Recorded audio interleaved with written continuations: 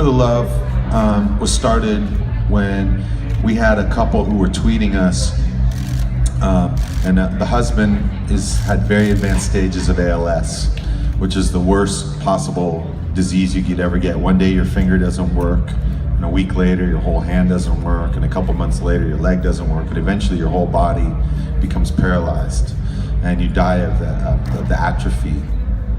And so his wife was tweeting me saying, Michael, you're his favorite artist. He wants to come see you play, and if he could possibly meet you, that would be incredible. And so we invited him to come, and the day that I met Steve, he was in a wheelchair. He couldn't really move. He could just barely speak in whispers.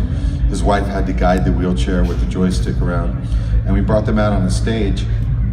And during the show, we got them to come out and dance with us on the song Life is Better With You.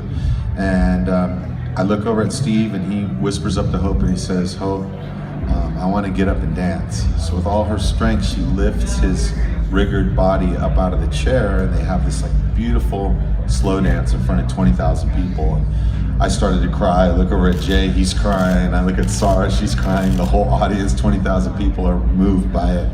And afterwards, Steve told me that during the previous 2 days of the festival, he was like the weird guy in the wheelchair that everybody tried to walk away from. And after having the experience of being introduced on stage, suddenly everybody came up and he was Steve. And people said, hey Steve, nice to meet you, Steve. It was great to see you on stage, Steve.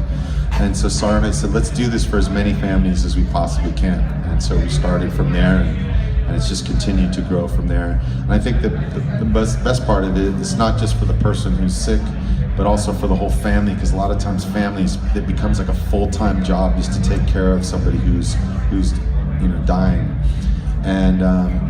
And then the other great part is to see how it's affected the artists. I get to get an email from like Ed Sheeran who tells me he's done over 20 Wish grants, and to see how he's been so inspired by it and how it's touched him and how the other artists along the way have been so moved by it. So it's been a win-win for everybody. We're just super